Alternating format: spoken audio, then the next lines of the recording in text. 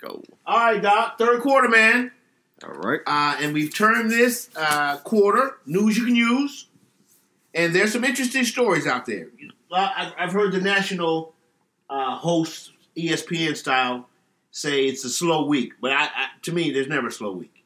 There's stuff going on, and you can bring it up. All right, so the first one, without further ado, I got LeBron James. 2 stories. You can take whichever one you want. Did you hear of him? You know, he has a show.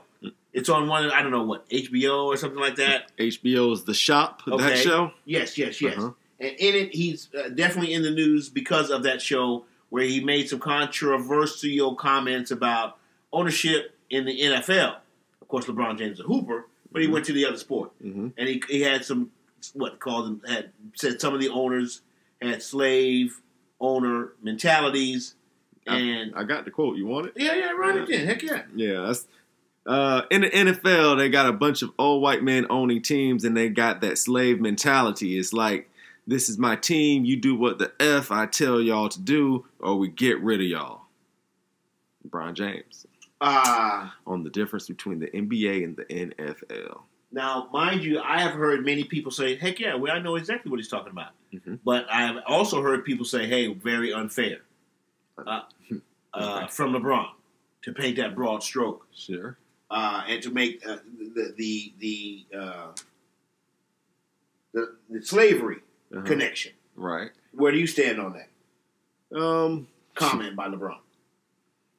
Well, good for him for using his platform to speak up and tell how he really feels. Sure. You know, like you said, with the broad stroke mentality, that's the only thing I knock him for. Some of them do approach shit like that. Right. Absolutely. That's to me, it's kind of been shown, it's been obvious through the years.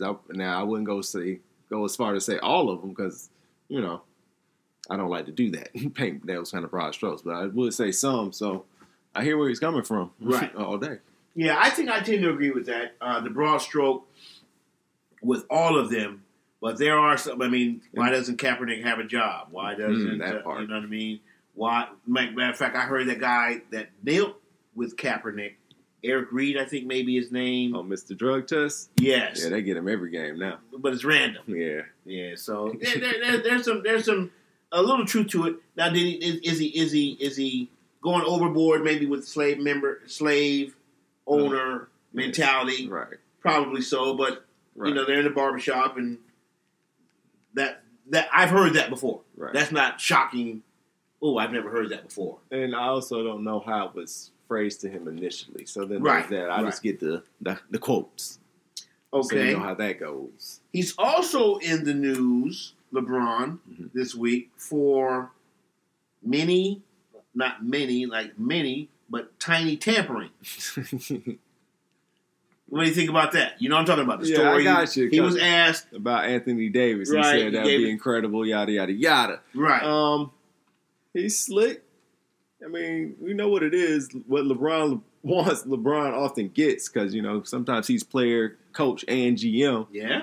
And he happens to be officially titled as a player. So he's playing by the rules. Is he tampering? If Magic were to do that, it would be tampering. Oh, yes. But because it's LeBron that's doing it, it's LeBron recruiting.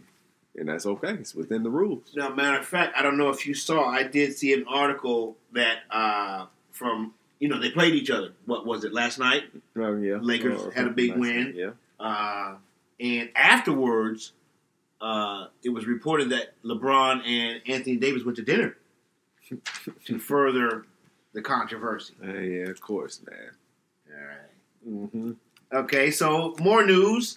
De'Aaron Fox. Swipe of Fox. Had a quote. I don't know if he was asked a question or not, but basically he was just saying that I'm the fastest guy in the league from end to end, and he called out a couple of people that he compared himself to, as in there is no comparison. I'm faster than them. Right. Those two people were probably the people I would think of as who is fast: Russell Westbrook, and John Wall. Yeah. And he called him out, saying I'm faster than them. Yeah. Big deal, little deal, stupid deal, dumb deal. Stupid deal. Yeah.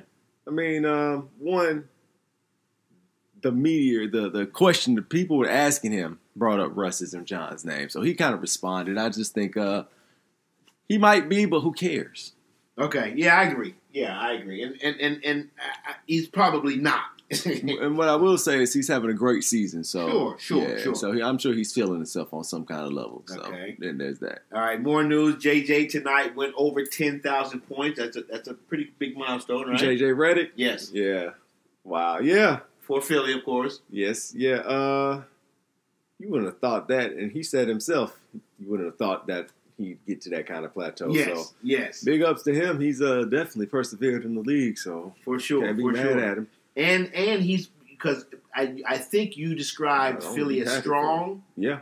And he's part of what makes them strong. He's a big part of that. Yeah, Absolutely. Yeah. He's a big part of that. Okay. I don't even know if it's news, man, because we knew this. Chris Paul's got another hamstring injury. Well, so it's not news, but what is news is that Houston is kind of hot right now. And basically, James Harden, you got to be every bit of that MVP, dog. Every single bit. I think he had another triple-double with 50, 10, and 10 or something the other night. Mm-hmm. Yeah, he's going to have to keep bringing that kind of energy, especially if Chris Paul's hurt, because that's it. It's not a lot there, man. The cupboard's bare. Yeah, no, there's not. No, I won't say it's bare, but it's not what the it's not what it has. Warriors have. Yeah. It's not what Denver has. Seems and right. Not, you know what I mean? So I won't say not it's what bare. OKC has. I mean, Right. It's bare, man. It might not even be what the Clippers had. Okay. So in more news, man, there's a lot of news about the G League these days. Mm-hmm. No, I mean, and that's not even news because it's been doing its thing quietly and effectively. Right. You were a big proponent of the G League for the last few years. Yeah. And its usefulness for the NBA. I think you were saying it should be basically their feeder system. And forget the NCAA. Get the NCAA. They're proving me right as we speak. Yeah, no question. They have a sponsor, which was big, big. Yeah, Gatorade. And it's not like a small sponsor. Yeah, they got funds. Yeah, in pockets. Yes, they have AIDS.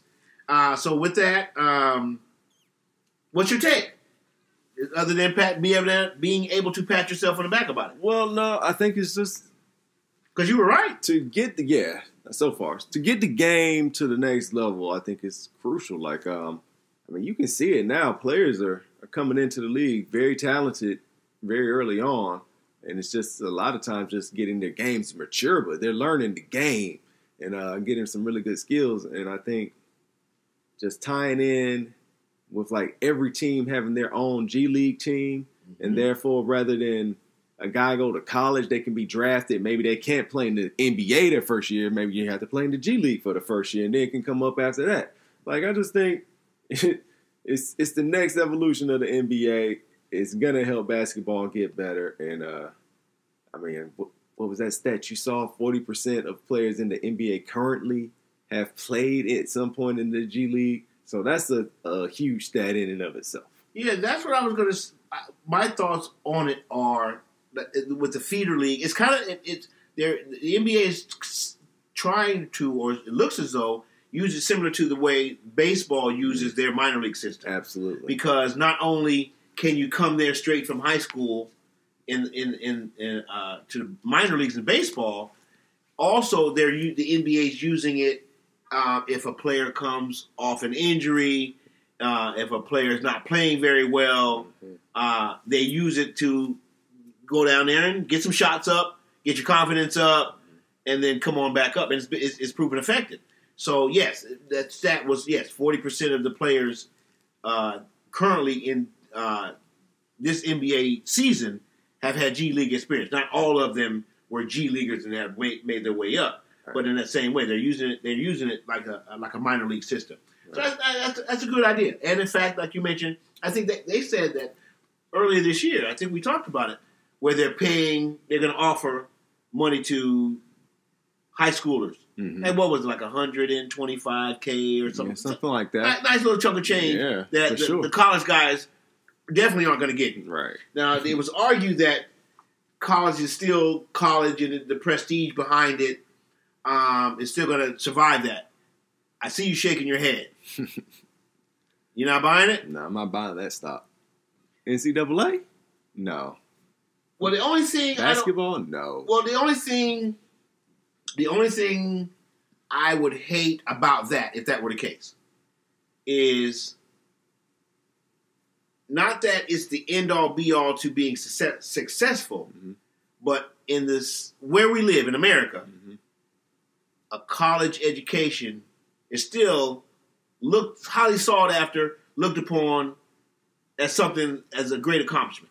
True. Whether or not it's, you know what I mean? Because I know a lot of dumb people that did a lot, you know what I mean? Sure. And I know a lot of smart people that did not go to college. Sure. So it's not the end all to be all, but where we live, so counting college all the way out. It doesn't count it out. Well, put it this way. It's okay. All the people that are in the NBA, you think college has helped them a little bit, even if they had a cup of coffee in college? Surely. But in today's day and age, you can be in the NBA and college at the same time because you can take classes online if you need to. So check that out. They're not.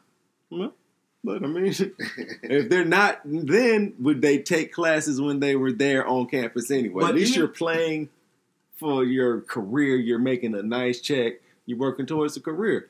Like, the thing I always say, you can always go back to college, but you can never get a chance to play in the NBA like when you're 40 or something. Like, it's just not popping off. So yeah, no, I'll buy that all day. So shoot your shot, live your dream, and, study. I mean, like, the people that want to learn, it's there for them. Yeah, I'll buy that. And so, yeah. So you say the NCAA doesn't survive in how many years? 10, 15, 20? 20. Yeah, it's going to take a little while, but yeah, 10 to 20. All right. Well, that's the quarter, man. All right.